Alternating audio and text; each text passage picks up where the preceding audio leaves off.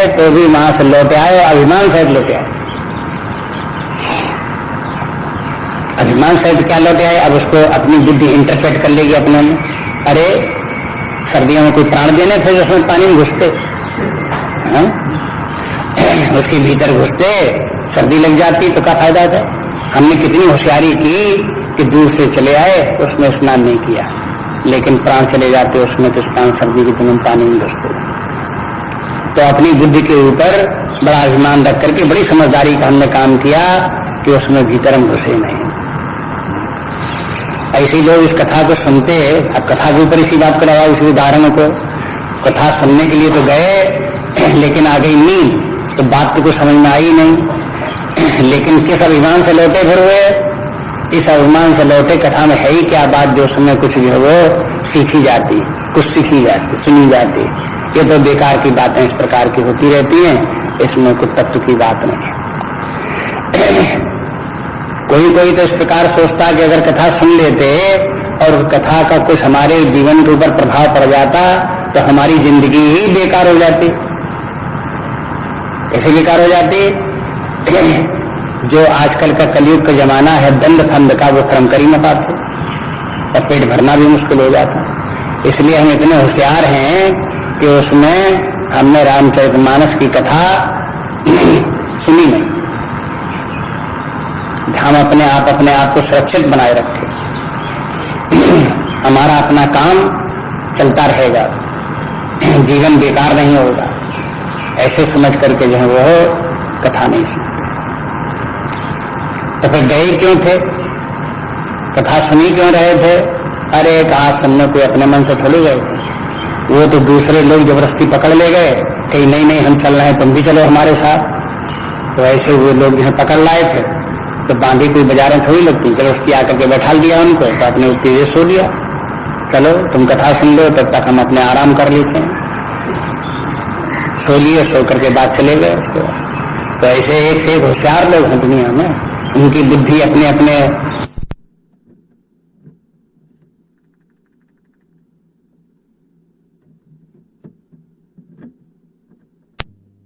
विचित्र बुद्धि काम करती तरह तरह से।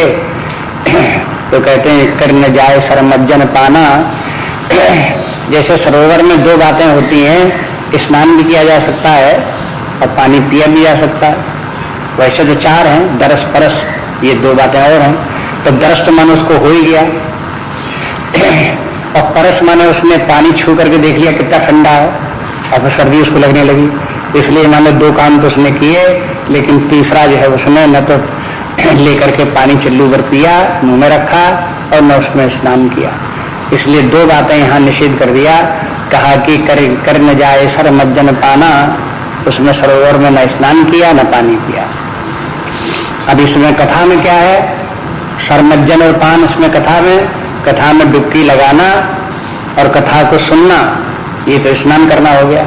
और जो कथा में जो आध्यात्मिक शिक्षाएं हैं उनको जीवन में धारण कर ले और भीतर से परिवर्तन हो जाए, व्यक्ति की अशांति मिट जाए, दुख मिट जाए, ताप मिट जाए और भीतर से प्रसन्नता आ जाए, ये उसका माने पान करना है। ये उसने नहीं किए, माने जीवन उसका वैसे ही का वैसा बना रहा। कथा सुना तो भी कोई जीवन में परिवर्तन नहीं आया, कोई शिक्षा उसे नहीं मिली, कोई उसका लाभ नहीं उठा पाया। इसलिए उसके लिए कह दिया कर न जाए शरमज्जन पाना। और फिर आवे समेत अभिमाना। एक अभिमान की बात अगली पंक्ति में दिखाते हैं। देखो क्या अभिमान करके आता है। कहते जो बहोर को पूछने आवा। कोई फिर जब वो लौट करके गए तो फिर कोई आकर के पूछने लगा कि भाई कथा सुन करके आए हो? कि हाँ। कैसी है कथा, क्या सुन करके आए? अब तो सोते रहे थे, क्या बताएं कथा में क्या जो है वो क्या सुना था, बता तो नहीं सकते। तो फिर सर निंदा करता ही बुझावा। तो बस उसके बाद में फिर देखो कितने चालाक आदमी होता है, बुद्धि उसकी। वो ये नहीं कहे कि हम तो सो गए थे, हम नहीं सुन पाए, ऐसे बोल दे तो फिर उसका अपमान हो जाए, हंसी हो जाए उसकी। इसलिए वो जो है वो अपना अभिमान दिखाने के लिए फिर वो क्या कहता है, सर निंदा करे। जैसे सरोवर की कोई बिना स्नान के लौटे आए तो सरोवर ही की निंदा करे। सरोवर की निंदा क्या करे कि अरे पानी बड़ा मैला था, गंदे पानी में उसमें कौन स्नान करता है। जहाँ स्नान करने गए थे तो वहां तो बड़ा गड्ढा, दलदल, कीचड़, स्नान करके निकले सब पाँव कीचड़ सब समझाए। स्नान करने गए तो सफाई हो कि उसमें जा करके और कीचड़ फसान करके आए। इसलिए जो है उसमें जो है वो सरोवर में स्नान हमने नहीं किया। ऐसी कथा की क्या निंदा कर दी।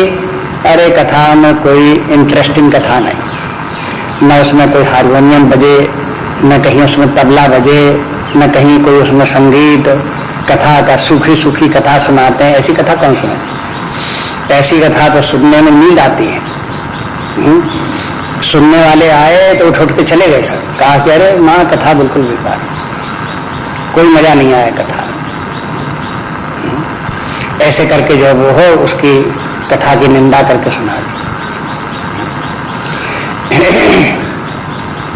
सर निंदा कर ताही बुझावा, बुझावा के माने समझा दिया, उसे संतुष्ट कर दिया। माने वो भी पहले तो सोचना शायद कथा वो सोच करके आएगा, ये कथा सुन करके आए हैं, प्रशंसा करेंगे, कथा की अच्छाइयां बताएंगे तो हम भी हिम्मत करेंगे, जाएंगे। लेकिन उसका जो उत्साह था, जिस उत्साह से वो पूछने आया था कि कथा कैसी है, कहाँ कैसी हो रही है, कौन प्रसंग चल रहा है, तो उन्होंने उसको ऐसा बुझा दिया जैसे आग बुझा दी जाए। तो सारा उत्साह जो है उनका ठंडा हो गया। अब दोबारा जाने की वो भी हिम्मत करे तो अब नहीं कर सकता। ऐसे बोलते हैं लोग। अपने आप तो कथा सुन करके सुनी नहीं और दूसरा भी कोई पूछे तो उसको भी हतोत्साहित कर दें। ऐसे करें। जो बहोरी कोई पूछन आवा, बहोर के माने क्या है, बहोर कहते हैं हिंदी में बोलते हैं लौट करके आना। जो बहोरी माने जब लौट करके आए, कथा सुन करके घर वापस आए तो कोई पूछन आवा, तो घर कोई आ गया। जैसे कोई तीर्थ यात्रा करने जाता है तो वहां जब लौट करके आता है तब कहते हैं कहाँ गए थे आप, कौन कौन तीर्थ कर आए, कैसे कैसे वहां पर क्या है। तो जिज्ञासा लोगों को होती तो फिर वो तीर्थ यात्री बताता है कि कहाँ कहाँ कैसे कैसे सुंदर स्थान थे। ऐसे आजकल कोई विदेश हो आवे, हाँ, तो लौट करके जब आएगा तो आसपास लोग, मोहल्ले वाले, मित्र लोग आएंगे कि आप कहाँ गए थे, कि अमेरिका गए, तो वहाँ क्या क्या आपने देखा। तब वो सब पूछेंगे, तब हम बताएंगे कि ये देखा वो देखा। तो ऐसी प्रथा है। ऐसी करके कोई कथा सुन करके जब लौटेगा घर पे तो लौटने के बाद फिर लोग बाग आसपास के मोहल्ले के घर के लोग उससे पूछेंगे कैसी कथा थी। इसलिए कहते हैं जो बहोर कोई पूछने आवा, सर निंदा करी ताही बुझावा। उसकी सरोवर के, अब देखो अपनी व्यक्ति गलती नहीं बताएगा कि हमने उसको कथा नहीं सुन पाए, निद्रा आ गई, अपना दोष न बता करके दूसरे का दोष बताएगा, कथा का दोष बोलता है। ये व्यक्ति का स्वभाव है।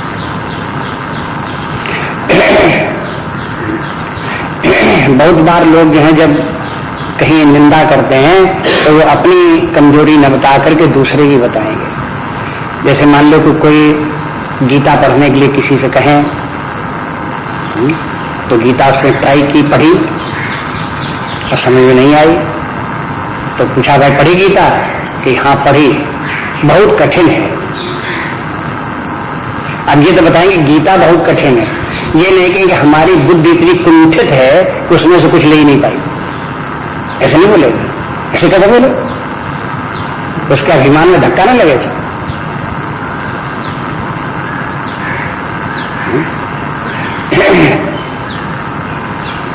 ये सर्वत्र इस प्रकार का देखा जाता है। ऐसे ही कथा के दोष, वो अपनी दोष तो बोलेगा नहीं, कथा के दोष बता देगा। ये स्थिति व्यक्ति की होती है। ऐसे कहते हैं सर निंदा करता ही बुझावा। ये तो हुई उन लोगों की जो कथा सुनने ही गए और सुन नहीं पाए, तीसरे प्रकार के लोग हुए। तो तीन लोग जो है ये है, कोई तो कथा की तरफ ध्यान ही नहीं देता, कोई ध्यान देता है तो जा नहीं पाता, जो जा पाता है तो सुन नहीं पाता। तीन प्रकार के हो गए। अब चौथे प्रकार के हुए जो जाते भी हैं, कथा सुनते भी हैं। बस एक ही, चार में से केवल चौथाई लोग, या चौथाई या कहो कि 100 में 1 आध, ये कोई बहुत बड़ी संख्या नहीं। चौथाई के माने ऐसा नहीं 25% 4 भागों में बट गए, ऐसे नहीं। ऐसे होंगे जो 90% तो पहले ही वाले वर्ग में आ जाएंगे, जिनको रामायण से कोई मतलब ही नहीं। उसमें 5-7% ऐसे होंगे जो घर बैठे बैठे सोचेंगे मौका मिलता तो जरूर जाते, मौका मिलता तो हम भी कथा सुनते, मौका मिलता तो हम भी ऐसे करते रहेंगे, जाए कुछ। उसमें फिर 2-1% ऐसे होंगे जो फिर जाएंगे वहां तक और जा करके सुनेंगे नहीं, और नींद आ जाएगी, ध्यान इधर उधर जाएगा, सुन नहीं पाएंगे। अनधिकारी व्यक्ति, 1000 में कोई एक व्यक्ति होगा जो जाएगा और सुनेगा। क्यों? ऐसा उसके ऊपर क्या विशेष बात उसमें? तो उसकी विशेषता बताते हैं। देखो ये इनके ऊपर भगवान की बड़ी कृपा है और ये बड़े भाग्यशाली व्यक्ति हैं। और इनको वे सब बातें जो कि कथा सुनने के लिए अनुकूल होती हैं वो सब इन्हें प्राप्त हैं, तब ये जो है ये कथा सुन पाए हैं। तो सकल विघ्न व्यापय नहीं थे ही, कि जितने विघ्न बताए वो कोई भी उनको व्यापते नहीं। राम कृपा सुबिलो कहीं जो ही, जिनके ऊपर भगवान की कृपा है वो नहीं मिलती। और सुई सात्र सर्वजन करई, वही जाकर के आदर पूर्वक उसमें ये राम कथा रूपी सरोवर में स्नान करते हैं और महाघोर त्रैताप में जरई। और फिर जो 3 ताप हैं, दैहिक दैविक भौतिक ताप, उन तापों से उनका छुटकारा हो जाता है। ताप के माने संताप, दुख, पीड़ाएं, क्लेश जो मानसिक होते रहते हैं उनसे व्यक्ति का छुटकारा हो जाता है। कथा सुन करके शांति प्राप्त हो जाती है।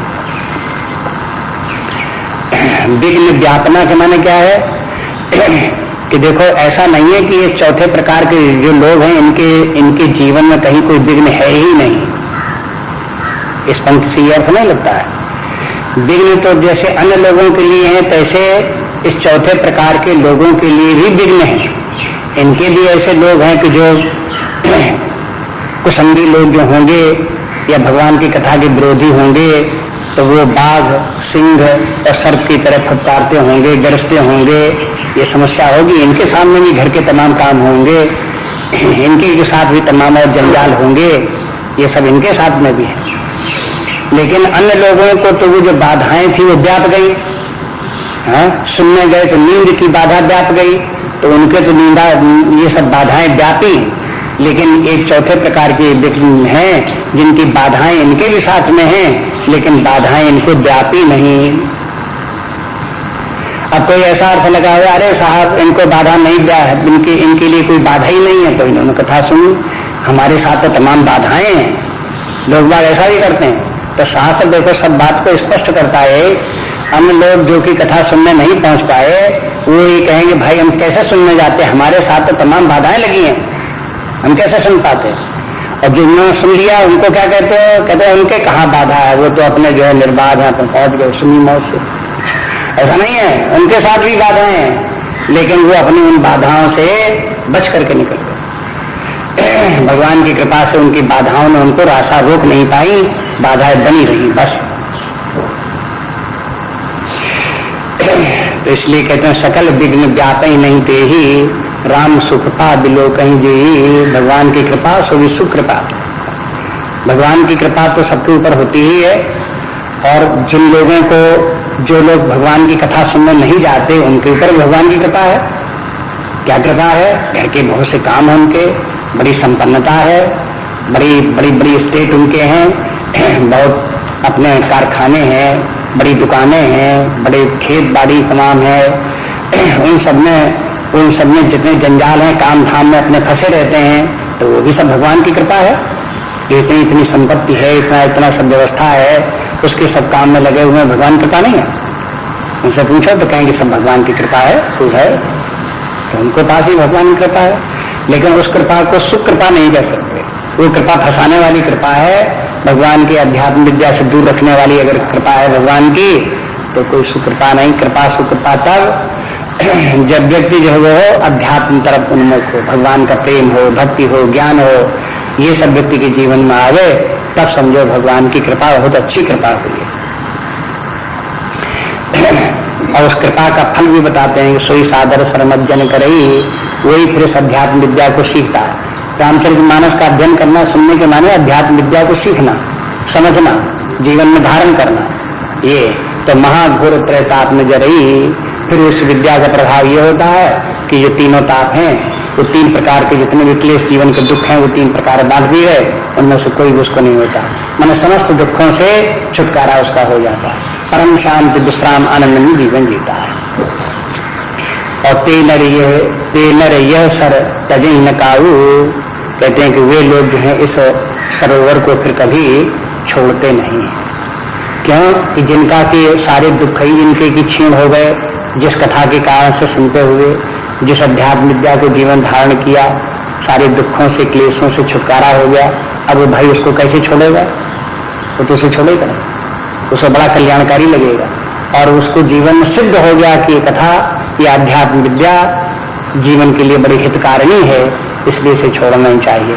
तो ते नरिये सरतजहि न काऊ, अब सरोवर से लौटे ही नहीं, सरोवर में गए थे स्नान करने, तो सरोवर के पास ही वास करने लगे, वहीं उन्होंने अपनी कुटी बना ली और वहीं अपने रहने लगे और वहीं रोज स्नान करते हैं और रोज अपने जो हम वहीं कुटी में उसी सरोवर के पास वास करते हैं।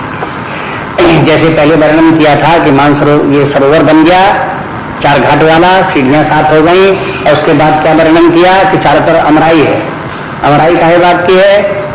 संतों की अमराई है, संत लोग वास करते हैं उसके आसपास। तो जैसे वहां पर सब आम के पेड़ जैसे उसके सरोवर के चारों तरफ हों, तो ऐसे इस कथा के सुनने वाले, समझने वाले, उसे लाभ उठाने वाले जैसे अमराई की तरह से वहीं पर वास करते हैं। माने कथा निरंतर सुनते रहते हैं, कथा सुनेंगे और सुनाएंगे, इसको जीवन का एक अंग बना लेते हैं।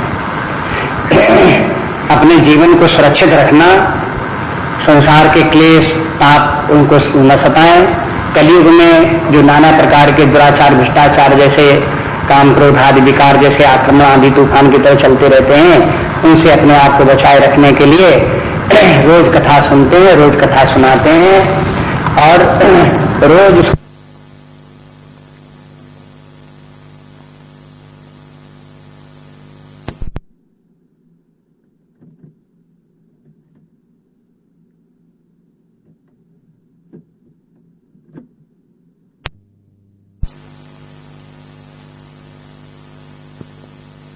ये अंत में उत्तरकांड में बोल देते हैं कि देखो, जो लोग इस कथा को सुनकर के आघा गए, रस विशेष जाना तिन नाही।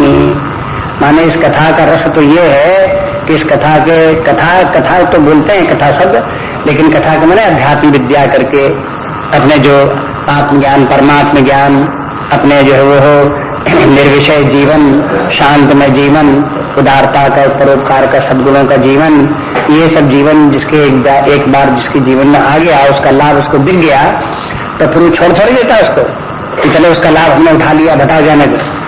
ऐसा नहीं है, वो तो फिर सारे जीवन उसको धारण किए रहता है, उसे छोड़ता नहीं है। तो ये कहते हैं कि ये फिर ते नरिये सर तजहि न काऊ, जिनके राम चरण भल भाऊ, जिनके भगवान के चरणों में भल भाव मन प्रेम, जिनके भगवान के चरणों में खूब प्रेम है, दृढ़ प्रेम है, वे लोग तो फिर इस कथा को सुनते सुनाते रहते हैं। कथा के साथ में कुछ न कुछ होना ही चाहिए। अकेले हों तो कथा को पढ़ते रहें, दुकेले हों तो कथा को सुनाते रहें, या दूसरा सुनाने वाला हो तो उसे सुनते रहें। तो कुछ न कुछ 24 घंटे में घंटे आधे घंटे का ये कार्यक्रम नित्य सब जगह होना ही चाहिए। और जो लोग इस कथा का अवलंब नहीं लेते, मानो वो इस प्रकार के अपने आप को इस जलते हुए कलिकाल के ज्वाला में अपने आप को झोंक देते हैं और बस फिर नाना प्रकार के क्लेशों से, पापों से पीड़ित होकर के और हाय हाय करते हुए जीवन जीते हैं। इसलिए कहते हैं कि इसके जो ये है अपनी सुरक्षा के लिए निरंतर इसका जो है ये है इसका कथा सुननी सुनानी चाहिए। और जो नहाई चाहिए सर भाई, अब बता दिया भाई जिसको कि रामचरितमानस से इस कथा के इसमें प्रेम हो, जो इसमें स्नान करना चाहे तो उसे क्या करे। तो अब ये तो भगवान की कृपा, सीधे सीधे भगवान की कृपा के ऊपर तो बल नहीं है कि भगवान कृपा हमारे ऊपर कर ही दें, वो तो करेंगे तब करेंगे, लेकिन हमारी तरफ से क्या हो सकता है वो बताते हैं। तो सो सत्संग करो मन लाई, तो बस अपनी ओर से ये है कि सत्संग करो, कुसंग छोड़ो, सत्संग करो, इतना तो कर ही सकते हो। और फिर जहां सत्संग करोगे, संतों के पास रहोगे, तो फिर भगवान की कृपा भी दिखाई देगी। भगवान की कृपा संतों के थ्रू आती है, एकदम से सीधी सीधी आकर के नहीं बरसती। भगवान भी संतों को बढ़ाई देना चाहते हैं, इसलिए वो कथा संतों के थ्रू आती है। जैसे काकभूषण के थ्रू गरुड़ को कथा प्राप्त हुई, तो गरुड़ के ऊपर भगवान कृपा करना चाहते थे। हाँ, तो गरुड़ को मोह प्राप्त हो गया, तो उनके ऊपर कृपा भगवान करना चाहते, तो कैसे भगवान कृपा करें तो फिर गरुड़ को भेज दिया शंकर जी के पास, नारद जी के पास, शंकर जी के पास। शंकर जी ने भेज दिया काकभूषण जी के पास। फिर काकभूषण जी ने उनको कथा सुनाई। हाँ, तो वो कथा जो है वो हो, फिर वही भगवान की कृपा थी। इतना सब चक्कर काट करके जब कथा सुनी तो बार बार गरुड़ ने भी ये कहा कि हमारे ऊपर बड़ी कृपा हुई जो भगवान ने इस प्रकार का सत्संग दिया, उन्होंने हमारे ऊपर कृपा करने के लिए आपके पास भेजा। ऐसे बार बार बोलते रहे। तो इसके माने ये है कि भगवान की जो कृपा प्राप्त होती है वो कृपा संतों के द्वारा प्राप्त होती है। और संतों से अगर कोई दूर रहे तो आप भगवान कृपा करें तो क्या दुष्टों के द्वारा करेंगे? उनके थ्रू कैसे कृपा करेंगे? तो कृपा करने का साधन उनको जो है वो हो संत पुरुष ही है। भगवान संतों के थ्रू जब कृपा करते हैं तो दोनों को लाभ पहुंचा देते हैं। संतों को भी लाभ पहुंचा दिया, हाँ, और जो लोग उनके संपर्क में आए उनको भी लाभ पहुंच गया। संतों के पास गए तो संतों ने उनके ऊपर कृपा कर दी तो भगवान की कृपा उन्हें प्राप्त हो गई। और संतों को क्या कृपा प्राप्त हो गई भगवान की? कि उनको बड़ाई प्राप्त हो गई। ये होगा कि देखो अमुक अमुक संत की कृपा से इस प्रकार से व्यक्ति का उद्धार हो गया। बहुत से व्यक्ति ऐसे संतों के महात्माओं की महिमा गाते रहते हैं कि देखो उनके निकट आए गए, संपर्क में आ गए तो उनकी कृपा से देखो जीवन ऐसे बदल गया, ऐसा उद्धार हो गया, ऐसा सुख शांति मिल गई। ऐसे उनकी प्रशंसा संतों की करते हैं तो इससे संतों की बड़ाई प्राप्त हो जाती है। तो भगवान संतों को बड़ाई देना चाहते हैं, उनके देने के लिए तरीका उनका ये, तो दोनों काम सिद्ध हो जाते हैं। तो जो नहाई चाहे यही सर भाई, तो सो सत्संग करहु मन लाई, और असमानस मानस चकचाही। कहते हैं कि देखो अब ये यहाँ तक बात पूरी हो गई।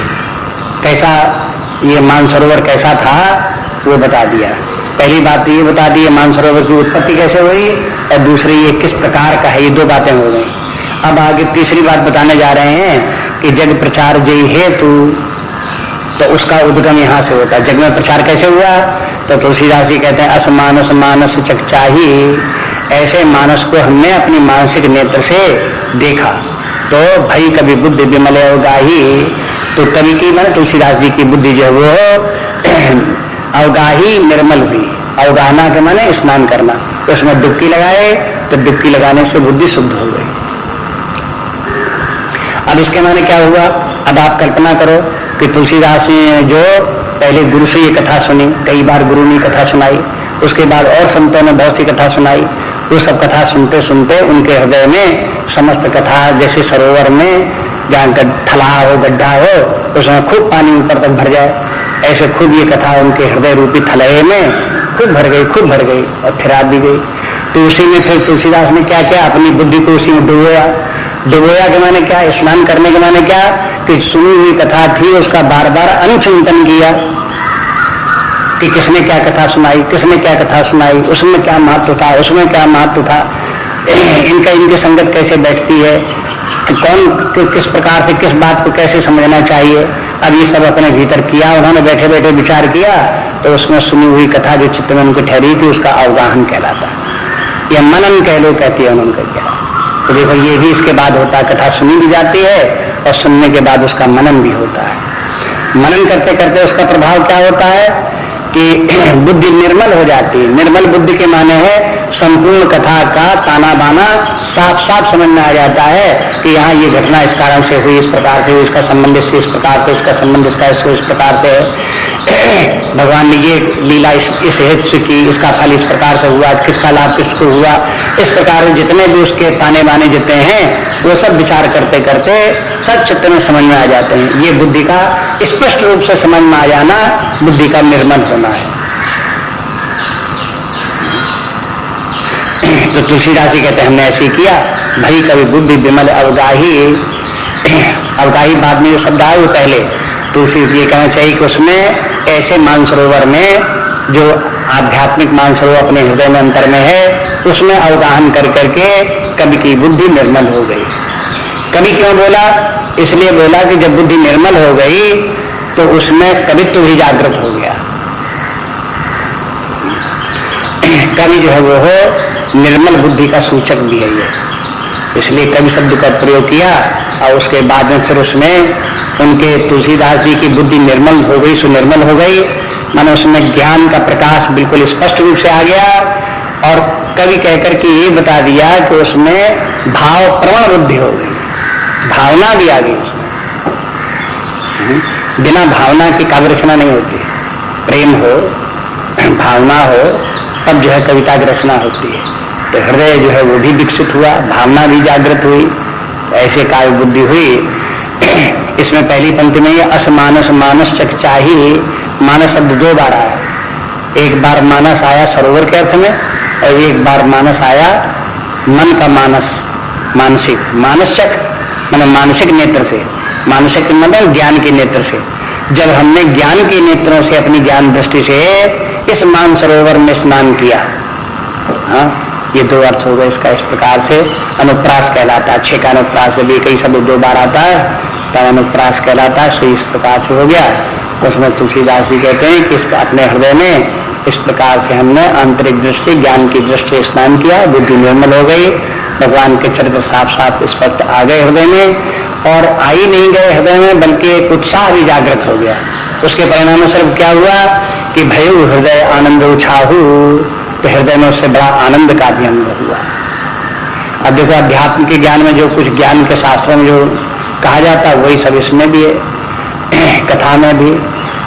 जैसे कि श्रवण मनन निधिध्यासन, उसमें प्रसंग उस प्रकार से है। ऐसी कथा में भी पहले श्रवण, तुलसीदास ने उसके बाद मनन किया, और मनन के बाद निधिध्यासन। निधिध्यासन जो है वो आनंद का उद्रेक है। जब व्यक्ति अपने हृदय में परमात्मा स्वरूप का चिंतन करता हुआ निधिध्यासन करता है, तो उसको फिर परमात्मा का आनंद अनुभव में आने लगता है। तो ऐसी कथा जो है वो सुनी, मनन किया, मनन करने के बाद हृदय में एक आनंद का उद्रेक हुआ। तो आनंद जो उत्पन्न होता है वो एक प्रकार से फाउंटेन की तरह से, जैसे जमीन फोड़ करके एक उसमें से धारा निकल पड़ी हो, इस प्रकार से आनंद फूट पड़ा कहते हैं। तो कहते हैं इस प्रकार से भयु हृदय आनंद उछाहू, हृदय में फिर आनंद का उद्रेक हुआ, फूटा। और फिर उससे क्या हुआ कि उनके प्रेम प्रमोद प्रवाहु, तो उसमें प्रेम और प्रमोद का प्रवाह उमड़ चला। तब देखो ये इतनी बात और हुई फिर उसमें। ये भी एक ध्यान देने वाली सब बात है कि तुलसीदास जी के हृदय में कैसे ये रामचरितमानस कैसे आया, कैसे वो शुद्ध निर्मल हुआ, उसके बुद्धि के ऊपर उनके प्रभाव क्या पड़ा, फिर कैसे वो जो है वो कथा जो उनके हृदय से निकलनी थी, तो उसके पहले इतनी बात और हुई कि उनका जो है वो बुद्धि निर्मल हो गई, आनंद का उसके हृदय में संचार हुआ, और एक उत्साह जागृत हुआ, प्रेम भी उत्पन्न हुआ, प्रमोद भी उत्पन्न हुआ। कि ये सब जब बढ़े भीतर से, तब पानी बह चला। उसमें मानसरोवर तो गए नहीं, देखा नहीं, लेकिन इसको तो आप देखो, जैसे ये नैमिषारण्य है, वहां पर चक्र तीर्थ है, एक सरोवर है वहां, उस सरोवर में पानी भरा हुआ, उसमें पानी नीचे ही से निकलता है, नीचे से पानी उसमें स्रोत है नीचे से, तो पानी उसमें आता रहता है, बुलबुल बुलबुल बुलबुल पानी निकलता रहता है। और जब निकलता तो सरोवर तो भर ही गया, और उसके बाद फिर उसमें एक किनारे से वो पानी की धारा बह करके निकलती है, तो थोड़ा सा पानी जो है उसमें से निकलता है, तो गोमती जो है वहीं से निकलती है, वहीं से निकल करके पानी बह चलता है, फिर आगे फिर और पानी मिल जाता है, और पानी मिल जाता है, तो बड़ी धारा बन जाती है। इस प्रकार से वहां पर जो है वो हो सरोवर में से कैसे एक नदी निकल पड़ती है छोटी सी, वो ऐसी करके मानसरोवर जो है वो हो, जैसे कैलाश पर्वत में मानसरोवर है, तो मानसरोवर में क्या हुआ कि वो पानी खूब उसमें भरा, और एक तरफ एक किनारे से फिर उसमें जो है पानी उसका बहता भी रहता है। तो मानसरोवर में तो ऐसा है कि चारों तरफ पानी बरसा है, तो सब जगह पहाड़ों पर बर्फ जमी हुई है, और बर्फ पिघलती रहती है, सरोवर में पानी आता रहता है, और सरोवर में पानी जब लेवल से ऊपर होता है तो उतना पानी बह करके एक किनारे से निकल करके बह चलता है। जब वो बह चलता है तो बहते बहते नदी पहाड़ों के बीच से होती होती होती होती नदी आती है, उस नदी का नाम सरयू है। तो जैसे सरोवर में पानी जब बढ़ेगा तो नदी की तरफ बह चलेगा, उसी प्रकार से उसी की तुलना कर लिया यहाँ पर कि अगर हृदय में रामचरितमानस भगवान की कथा और अध्यात्म विद्या का संचार अपने हृदय में हुआ, वो सब एकत्र हुई, तो उसमें उसका आनंद भी व्यक्ति के हृदय में आया। तो फिर अपने हृदय में जब वो ज्ञान आनंद प्रेम समाता नहीं है, तो फिर वो वाणी के द्वारा निकल पड़ा। बस वो फिर व्यक्ति बोलने लगता है, उसे रहा नहीं जाता, फिर वही कथा सुनाता है। जिसके भीतर जो भरा होता है और जब वो ज्यादा उमड़ता है तो वही निकलता है। किसी किसी के व्यक्ति के हृदय में अगर कलुषित भाव भरे हो, द्वेष इत्यादि भरा हो, तो उसका द्वेष जब बढ़ेगा, मान लो किसी को द्वेष तो पहले ही है और किसी ने उसकी निंदा कर दी, तब क्या हुआ, वो द्वेष में बाढ़ आ गई और बह चला वो। जब बह चलेगा बाहर द्वेष, तब क्या होगा, वो तो जहां जहां कहां और सब जो है गाली गलौज और निंदा इत्यादि उसके सर से उसे फट फट फट निकलने लगी। क्या कि जो भरा था उसे निकल रहा। ऐसे ही जिसके हृदय में भगवान की कथा, अध्यात्म विद्या यही सब भर गई, सब तरफ से वही सम्मिश्रण करके खूब भरी हुई है, और अगर वो उमड़ी तो फिर क्या होगा, वही निकलेगी। उसको आसपास जो मिलेगा उसे घेरेगा, उसी को सुनाएगा। कोई सुनना चाहे तो, न सुनना चाहे तो भाई अपने पास ही है, सो अपने सुना दें, सुनाए लगे। बस इसमें बात ये कि जब ये कथा सुनाएगा तो प्रेम और प्रमोद होगा। चूंकि आनंद से ये उमड़ी हुई है, इसलिए जब बोलेगा तो उसका अपने भीतर का आनंद भी उसको प्रकट होता दिखाई देगा लोगों को। जब ये कथा सुनाएगा तो प्रेम पूर्वक कथा सुनाएगा। जब लोगों को जो ये कथा प्राप्त होगी तो उनको प्रमोद होगा, उनको भी सुख देगा वो। इस प्रकार से स्वयं सुखी होगा इस कथा से, और अन्य लोगों को भी सुखी करेगा। ये महिमा इस कथा की है। तो ये ऐसे तुलसीदास जी कहते हैं कि हमारे जीवन में वो तो भाई ऐसे ही हुआ, सब इस प्रकार से भगवान की कथा सुनी, इकट्ठी हुई, और फिर उसके कारण से हमारी उसका जैसे जैसे अनुचिंतन हमने किया तैसे तैसे बुद्धि सुंदर हुई, आनंद भी उसको स्वच्छ बुद्धि। और भी बातें देखो, तो जैसे ये कहा भाई बुद्धि विमल, तो जिसकी बुद्धि निर्मल होती तो हृदय में आनंद उत्साह भी होता है। अगर किसी व्यक्ति को दुख बना रहता है, इसके माने बुद्धि कलुषित है, इसके कारण दुख है। कलुषित के माने जब बुद्धि में राग, रजोगुण, तमोगुण का प्रभाव बुद्धि में होगा तो बुद्धि कलुषित होगी, और जब बुद्धि कलुषित होगी तो उसमें राग द्वेष की बातें होंगी, ईर्ष्या द्वेष की बातें होंगी, और नाना प्रकार के क्लेश, दुख, भय, चिंता, ये सब उसके मन में आएंगे, और वही बोलेगा, उसी प्रकार का व्यवहार होगा। लेकिन जिसकी कि सत्वगुण की अधिकता होगी, बुद्धि निर्मल होगी, तो बुद्धि निर्मल, सत्वगुण का प्रभाव निर्मल बुद्धि पर क्या पड़ता है, आनंद, सुख लक्षण है सत्वगुण का। ज्ञान में रुचि होगी, आनंद में रुचि होगी, आनंद की अनुभूति होगी। तो यही तुलसीदास जी कहते हैं, इस प्रकार से हुआ ही, अपने आनंद का उत्साह हुआ, और जो कुछ बोले तो फिर कविता निकल पड़ी, लोगों को कथा सुनाने लगे। और सरजू नाम सुमंगल मूला, अब कहते हैं, जो तुलसीदास जी कहते हैं जो कविता हमारे मुख से निकली और जो कुछ हमने बोला, ये सब क्या है, ये सरयू नदी की तरह से है। अब ये जो रूपक अलंकार है वो अब भी चल रहा है, यहाँ खत्म नहीं हो गया। ऐसा नहीं है कि मानसरोवर की बात खत्म हो गई तो रूपक खत्म हो गया। अब जैसे मानसरोवर से नदी निकली, सरयू नदी निकली है, इसी प्रकार से तुलसीदास जी के हृदय से जो वो कथा रूपी भर गई, तो तालाब भर गया, सरोवर भर गया था, उसमें से कथा जो उमड़ करके कथा निकली, तो कथा का प्रवाह सरिता की तरह से, कथा जैसे नदी बहती है ऐसे कथा का भी प्रवाह चलता है। इसलिए कहते हैं सरजू नाम सुमंगल मूला, उसका नाम सरयू है। सुमंगल मूला समस्त मंगलों की मूल है, सरयू भी सब मंगलों की मूल ही है। इसी प्रकार से ये कथा भी उसी प्रकार से दोनों में लग सकता है। ये मंगलों की मूल है कि मैंने जैसे सरयू पवित्र नदी है, उसमें स्नान करने से मंगल होता है, इस प्रकार से ये कथा सुनने से भी मंगल होता है। तो ये कहते हैं लोक वेद मत मंजुल कूला, और फिर उसके लोक और वेद मत ये दो उसके तट हैं, किनारे हैं। जब नदी बहेगी तो नदी के दो तट किनारे होंगे, तो उन किनारों के बीच में से होता है जल का प्रवाह होता है। तो ये कथा जो चलती है तो वेद मत, एक किनारा वेद मत है, दूसरा लोक मत है। ऐसे नहीं कि कथा जहां मने आई तहां चली गई, कि इधर सुनाते सुनाते चले गए तो कहाँ चले गए, उधर सुनाते सुनाते तो कहाँ चले गए, वेद विरुद्ध बातें करने लगे या लोकमत के विरुद्ध बातें करने लगे, तो फिर वो कथा कथा नहीं है। कथा को तो नदी को जैसे दो तटों के बीच में चलती है, वही सुंदर नदी है। ऐसे करके जो कथा एक और वेद मत से सीमित हो और दूसरी तरफ लोकमत से सीमित हो, फिर कथा भगवान की चले, तब जो है वो कल्याणकारी कथा है।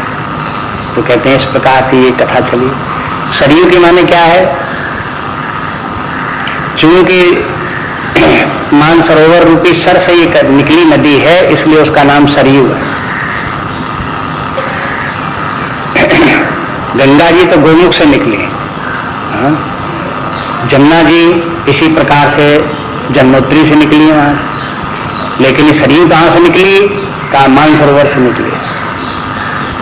कैलाश पर्वत जो मानसरोवर की झील जहां से है वो सरोवर है, उसी के एक किनारे से पानी की छोटी सी धारा बहती है, वही आगे चल करके बड़ी चौड़ी होती होती पर्वतों के बीच में से बहते बहते बहते बहते सरयू बन जाती है। तो सर से निकलने के कारण से सरयू। पुराणों में और भी कथा आती है, जैसे गंगा जी की कथा की उत्पत्ति का एक पौराणिक के भर्तहरि जो है वो हो, उन्होंने उसको गंगा जी को लाए। इसी प्रकार से सरयू के बारे में भी है। सरयू कहते हैं मनु ने एक बार यज्ञ करने का विचार किया, तब ये बात हुई कि भाई तुम यज्ञ तो करने जा रहे हो, लेकिन यहाँ नदी के तट पर कहीं पवित्र नदी स्थान पर यज्ञ करना चाहिए, इसलिए कहीं नदी के तट पर करो। तो उन्होंने कहा कि अब यहाँ नदी तो नहीं है, लेकिन यज्ञ हम यहीं करना चाहते हैं। मनु उन दिनों में अयोध्या ही में थे। तो अयोध्या में उस समय नदी थी नहीं जब मनु राजा राज्य कर रहे थे। तो उन्होंने कहा कि हम अयोध्या में ही यज्ञ करना चाहते हैं, यहीं पर होना चाहिए। अब गंगा जी के किनारे यज्ञ करने जाओ छोड़ करके अपने, उसके बजाय हम तो यहीं करना, तो यहाँ करना चाहते हो तो फिर नदी भी होनी चाहिए यहाँ।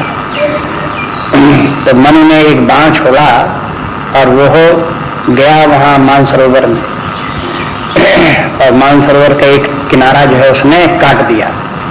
जैसे कोई तालाब हो उसमें से खाई काट दे, लेके फोड़ा तो पानी बह चले, ऐसे उसमें से बाण ने उधर एक किनारा काट दिया तो वो पानी उधर से बह चला।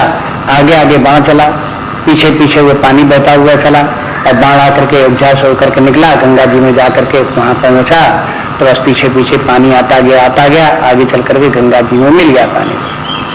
तो अब सरयू जो है वो इस प्रकार से सर के पीछे पीछे चलने के कारण से वे सरयू हो गई। देखो कैसे तो मिल गई। चाहे तो ऐसा समझो कि सरोवर से निकली इसलिए सरयू हो गई, और चाहे मन के बाण के पीछे पीछे चली इसलिए सरयू हो गई। गंगा जी जैसे भगवान के चरणों से निकली हैं, ऐसे ही सरयू भगवान के नेत्र से निकली हैं। ये सरयू जो है भगवान के आनंदमय अश्रु का प्रवाह है। भगवान बड़े आनंदित हो गए किसी कारण से, बड़े प्रसन्न हो गए, तो उनके प्रसन्नता के कारण उनके आंखों में आंसू आ गए। जो आंसू आ गए तो उसकी बूंद टपकी, जो बूंद टपकी तो वो सरयू बन गई।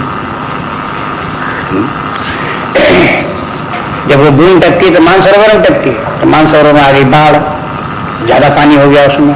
तो जब ज्यादा पानी हो गया तो बही कुछ प्रकार। तब देखो जैसे गंगा जी भगवान के चरणों से निकली तो गंगा जी की श्रेष्ठ हैं, क्योंकि भगवान के चरणों से निकली, उनके नखों से निकली। ऐसे सरयू जी परम पवित्र हैं क्योंकि भगवान के नेत्र से निकली। इस प्रकार से जो ये है सरयू की धारा भाई, ये तो हुई सरयू की कथा। अब यहाँ पे तुलसीदास जी की सरयू कौन सी है? जो तुलसीदास जी के हृदय में भगवान की कथा उमड़ पड़ी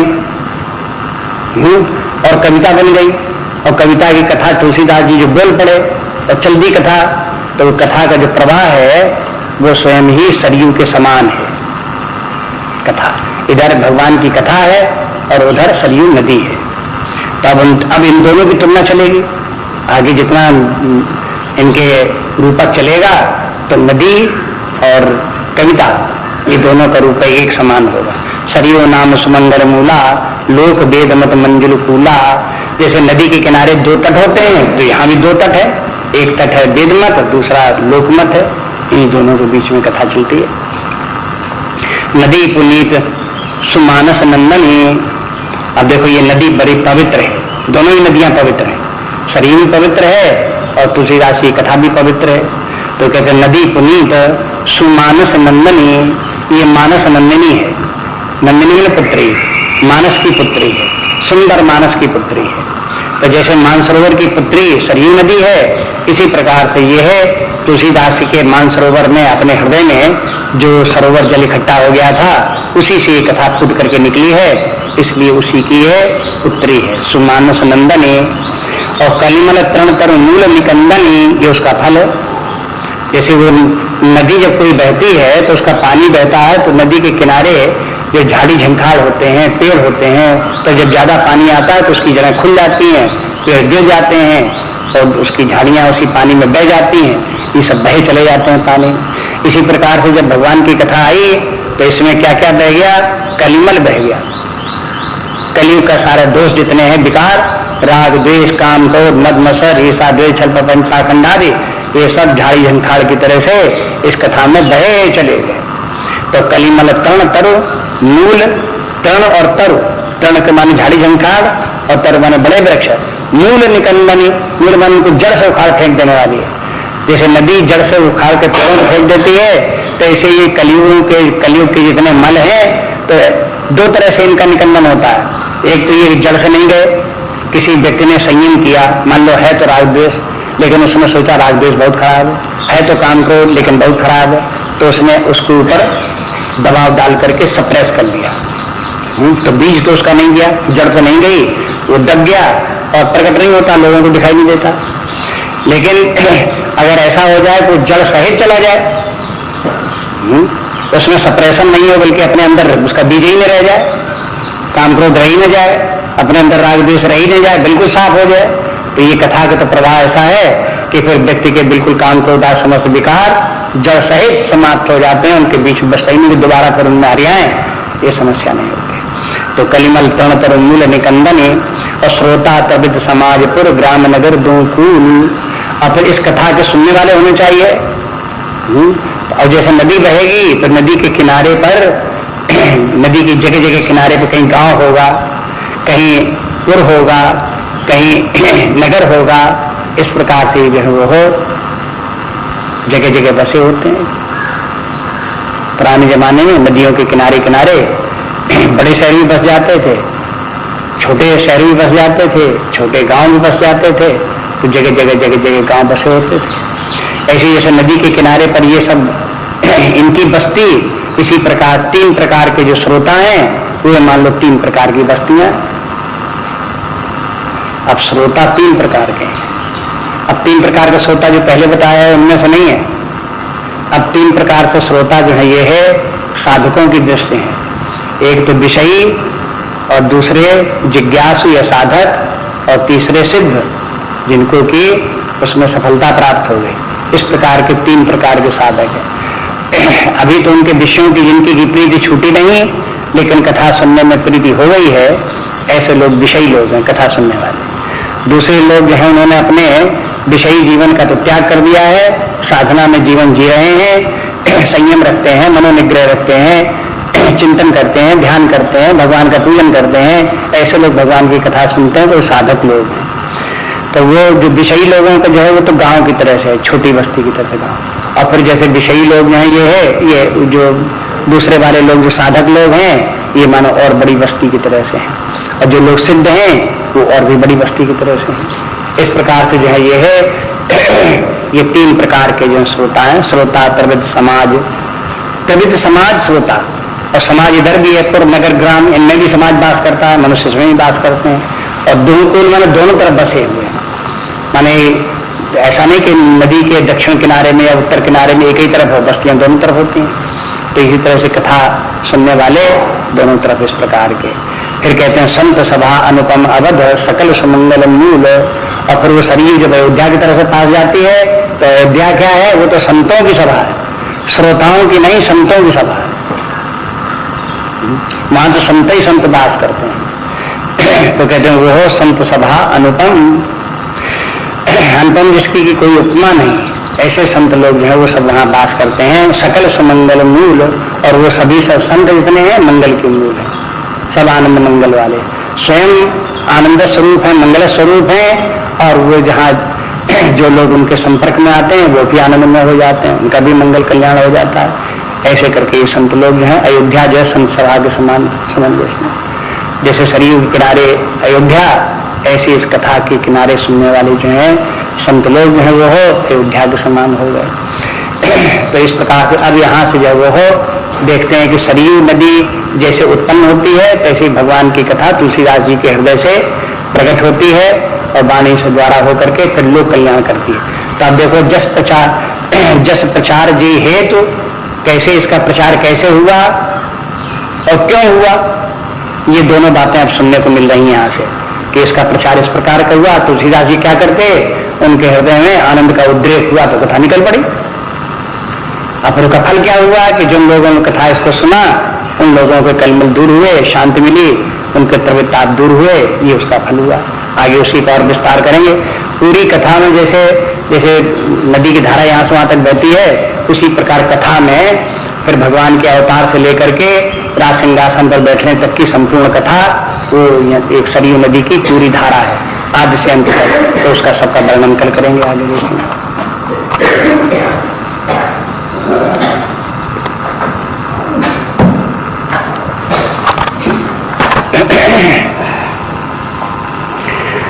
नान्या स्पृहा रघुपते हृदय सुमदीये सत्यं वदामि च भवान् किलान्तरात्मा भक्तिं प्रयच्छ रघुपुङ्गव निर्भरां मे कामादिदोषरहितं कुरु मानुषं च। श्रीराम जय जय राम, श्रीराम जय राम जय जय राम, श्रीराम जय राम जय जय राम, श्रीराम जय राम जय जय राम, श्रीराम जय राम जय जय राम, श्रीराम जय राम जय जय राम।